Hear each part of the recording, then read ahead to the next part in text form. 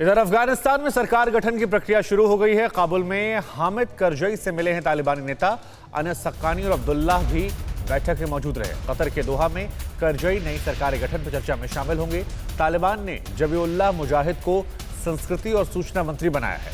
तालिबान के प्रवक्ता हैं जबीउल्लाह मुजाहिद, इन्हें संस्कृति मंत्रालय की अहम जिम्मेदारी दी गई है।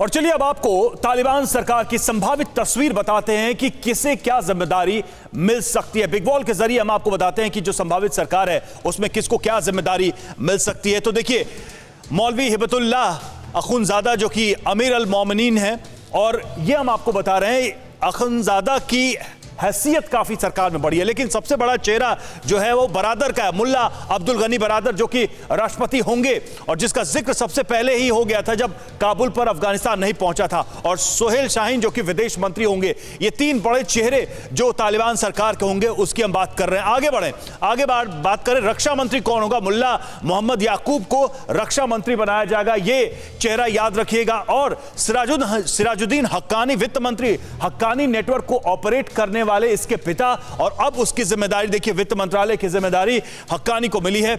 और जबीउल्लाह मुजाहिद जो कि संस्कृति और सूचना मंत्री, ये चेहरा आपको याद भी होगा क्योंकि प्रेस कॉन्फ्रेंस में यही व्यक्ति सबसे पहले नजर आया था। आगे बढ़ें, चीफ जस्टिस की बात करें, यानी कि तालिबान जो शरिया कानून की बात कर रहा है और उसके हिसाब से जो न्याय होगा उसकी बात करें। मुल्ला अब्दुल हकीम को चीफ जस्टिस यहां पर बनाया जाएगा तालिबान सरकार में। और 34 प्रांत में गवर्नर होंगे। अफगानिस्तान के सभी जितने भी 34 प्रांत है जिस पर कब्जा है तालिबान का, वहां पर तालिबान के गवर्नर बिठाए जाएंगे। और 26 सदस्य होंगे कैबिनेट के। तालिबान सरकार की जो रहबरी शूरा है, शूरा बोलते हैं तालिबान में, जो एक तरीके से जो कैबिनेट होती है उसको, और उसमें तालिबानी जितने भी हैं नेता वो शामिल किए जाएंगे। तो इस तरीके का चेहरा होगा। और अब आपको बताते हैं कि जिनके हाथ में तालिबान सरकार की कमान हो सकती है, वो तो आपने देखा कि क्या क्या कौन कौन से बड़े चेहरे हैं, लेकिन उनका परिचय क्या है, कौन क्या है, उसका बैकग्राउंड क्या है, ये भी समझना बहुत जरूरी है। तो अखुनजादा की बात करें, अखुनजादा के बारे में आप जान लीजिए, तालिबान का अमीर अल मोमिनीन यानी मुख्य कमांडर।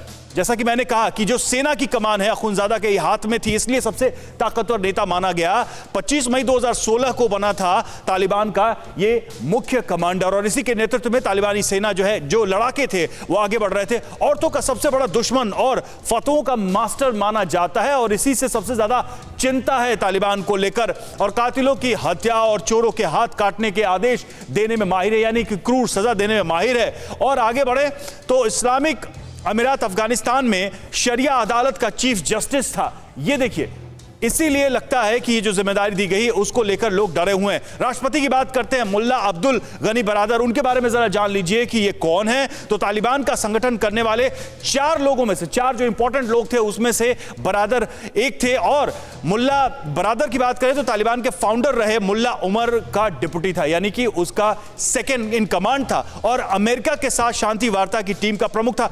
थोड़ा उदार चेहरा बरादर को माना जाता है, जो कि अमेरिका से बातचीत करने के पक्ष में रहा है। रक्षा मंत्री रहा था बरादर, शांति वार्ता का हिमायती रहा है, जैसा कि मैं आपको बता भी रहा था। और बरादर के बारे में एक और बात, 2010 में CIA ने ISI के सहयोग से पाकिस्तान में इसे गिरफ्तार किया था, और 2010 में CIA ने ISI के सहयोग से इसे पाकिस्तान में गिरफ्तार किया, जिसके बाद से ही इसका चेहरा लगातार प्रमुख रहा तालिबान में उमर के जाने के बाद से। और याकूब की बात करें, मुल्ला मोहम्मद याकूब, तालिबान के संस्थापक मुल्ला उमर का बेटा।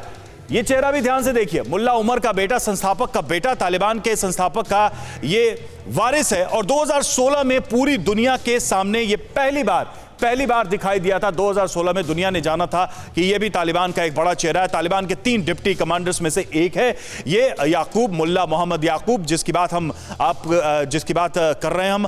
अखुनजादा को तालिबान का चीफ बनाने का समर्थक रहा है। अखुंज़ादा जिसकी हम बात कर रहे थे और अपने क्रूर फैसलों के लिए वो जाना जाता है, उसका बड़ा समर्थक अखुंज़ादा को तालिबान का चीफ बनाने का ये सपोर्टर रहा है, समर्थक रहा है। इससे आप समझ सकते हैं, एक तरफ मुल्ला उमर का बेटा, वहीं दूसरी तरफ अखुंज़ादा का एक बड़ा समर्थक। तो ये एक चेहरा। आगे बढ़ते हैं, हक्कानी, सिराजुद्दीन हक्कानी की बात करें, ये नाम बहुत इंपॉर्टेंट है क्योंकि पूरा का पूरा नेटवर्क, फाइनेंशियल नेटवर्क संभालने की जिम्मेदारी मुजाहिदीन कमांडर जलालुद्दीन हक्कानी का ये बेटा, जैसा कि मैं आपको बता भी रहा था। और अफगानिस्तान में आत्मघाती हमलों का ये मास्टरमाइंड रहा है, इसलिए भी इस चेहरे पर बहुत नजर है लोगों की। कंधे पर आर्थिक और सैन्य संपत्ति की देखरेख की जिम्मेदारी, जिसकी बात मैं कर रहा था, पूरा फाइनेंशियल नेटवर्क तालिबान का, इसको संभालने की जिम्मेदारी है। भारतीय दूतावास पर आत्मघाती हमला इसने कराया था हक्कानी ने, और हक्कानी नेटवर्क को लेकर चर्चा यहां से लेकर यूएस तक हुई थी, जिसका जिक्र किया जा रहा है लगातार। तालिबान की शरिया अदालत का चीफ जस्टिस कौन होगा?